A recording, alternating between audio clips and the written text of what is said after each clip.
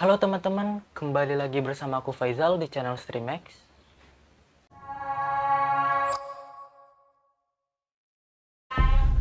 Psikopat merupakan salah satu gangguan kejiwaan yang bisa membuat suatu individu melakukan kekerasan hingga pembunuhan demi memuaskan kesenangannya.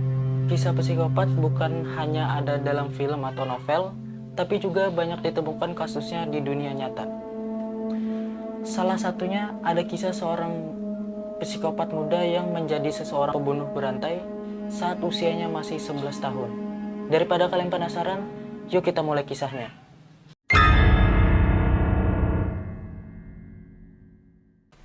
Ia adalah Mary Bell, psikopat asal Inggris ini yang terbukti bersalah atas pembunuhan dua balita pada tahun 1968 lalu.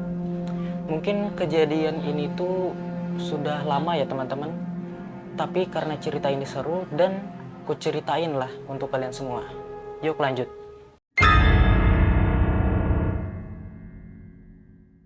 Pada pertengahan musim panas tahun 1968 lalu di Cotswold, London, Inggris, dikejutkan dengan penemuan mayat bocah laki-laki, dan setelah diketahui anak laki-laki yang dibunuh si Mary ini bernama Martin Brown yang masih berusia 4 tahun.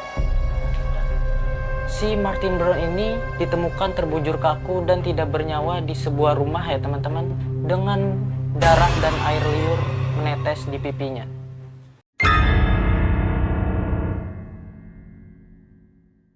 Karena tidak ditemukan tanda-tanda kekerasan, pihak kepolisian di sana menyimpulkan jika kematian Martin ini hanya karena kecelakaan yang tak sengaja. Gak hanya si Martin ini aja yang dia mangsa teman-teman, ternyata ada satu bocah laki-laki dan itu pun lebih muda setahun dari si Martin tadi. Waduh, si Mary ini maunya apa sih teman-teman? Nyari yang muda terus?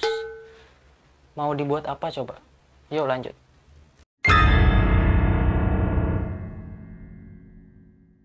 Dan beberapa minggu lalu, kemudian setelah kematian si Martin ini, polisi sekitar kembali dikagetkan dengan kematian Brian Howe yang baru berusia 3 tahun. Si Brian ini ditemukan tewas di tempat di mana anak-anak bisa bermain di kawasan Cotswold, bisa juga disebut dengan taman anak-anak gitu ya teman-teman. Dan si Brian ini ditemukan dengan berbagai luka aneh, ada bekas tusukan di lehernya, dan alat kelaminnya sebagian dimutilasi, dan rambutnya pun dipotong. Selang beberapa hari penemuan mayat Brian ini, polisi baru menyadari jika di perutnya terukir huruf M ya teman-teman, yang dibuat menggunakan benda tajam seperti pisau. Warga pun mulai panik melihat kematian dua anak yang tak terlalu lama tersebut. Polisi pun mulai curiga dengan anak-anak di sekitar daerah tersebut. Mereka atau polisi tadi mulai mengawasi perilaku anak-anak di sana ya teman-teman.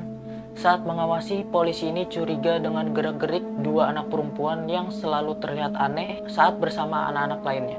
Dan akhirnya polisi tersebut mencoba menginterogasi dua anak yang terlihat aneh tadi ya teman-teman. Setelah diinterogasi, betapa terkejutnya polisi ini saat menginterogasi dua anak yang mereka curigai. Norma Bell, yang baru berusia 13 tahun, terlihat semangat saat ditanyai tentang pembunuhan tersebut. Aduh, gila banget sih. Ini anak kan aneh. Bocah umur 13 tahun saat diinterogasi soal pembunuhan, bukannya takut. Lah ini malah semangat. Aduh. Dan selama diinterogasi, si Norma ini selalu tersenyum seolah pembunuhan ini adalah hal yang menyenangkan ya teman-teman. Tak hanya Norma saja yang diinterogasi oleh polisi, dan polisi ini juga menginterogasi Mary Bell yang berusia 11 tahun tadi ya teman-teman, yang merupakan dalang dari pembunuhan tersebut. Berbeda dengan Norma yang sifatnya lebih terbuka, si Mary ini lebih tertutup ya teman-teman, dan menghindar saat ditanya pihak kepolisian. Dan anehnya saat ditanya tentang pembunuhan, si Mary ini mengaku melihat Brian bersama seorang anak laki-laki sebelum kematiannya. Namun setelah diselidiki, anak laki-laki yang dimaksud Mary ternyata sedang berada di bandara saat pembunuhan terjadi. Selain itu, si Mary ini juga menyebutkan ia melihat gunting sebelum kematian Brian. Padahal gunting ini adalah barang bukti rahasia ya teman-teman saat polisi menyelidiki Mary ini. Seorang polisi juga melihat Mary yang bahagia menyaksikan saat pengangkatan peti Brian saat dibawa ke rumahnya, teman-teman. Mary terlihat tertawa dan menggosok-gosok kedua tangannya. Namun anehnya Mary malah menuduh si Norma yang membunuh Brian ini ya, teman-teman. Dan si Norma langsung kaget dong, teman-teman, saat dituduh si Mary ini. Dan si Norma akhirnya menceritakan yang sebenarnya. Ternyata Norma ini adalah teman saat pembunuhan terjadi. Dan dengan bantuan Norma akhirnya polisi berhasil menangkap si Mary ini ya, teman-teman. Nah, saat persidangan si Mary ini mengaku membunuh dua bocah tadi karena semata-mata hanya kesenangan belaka ya, teman-teman. Mendengar pengakuan Mary, hakim menyatakan bahwa dia adalah orang yang sangat bahaya ya, teman-teman, terhadap anak-anak lain. Mary pun dijatuhi 12 tahun penjara ya, teman-teman.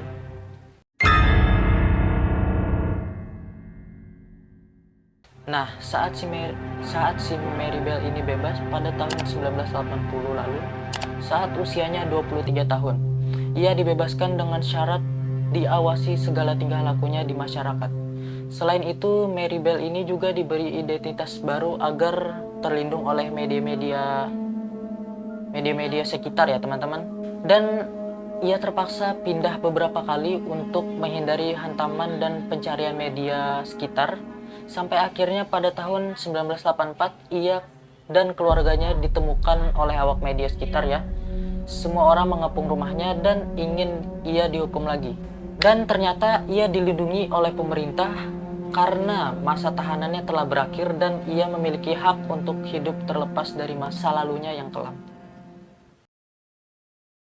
Dan ya, akhirnya kita sudah mengakhiri video hari ini ya, teman-teman.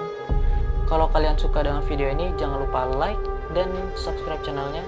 Dan bantu support aku untuk mencapai 1000 subscriber ya, teman-teman. Jangan lupa juga follow Instagram kami ya, teman-teman. Link ada di deskripsi. Oke, teman-teman, see you next video and bye-bye.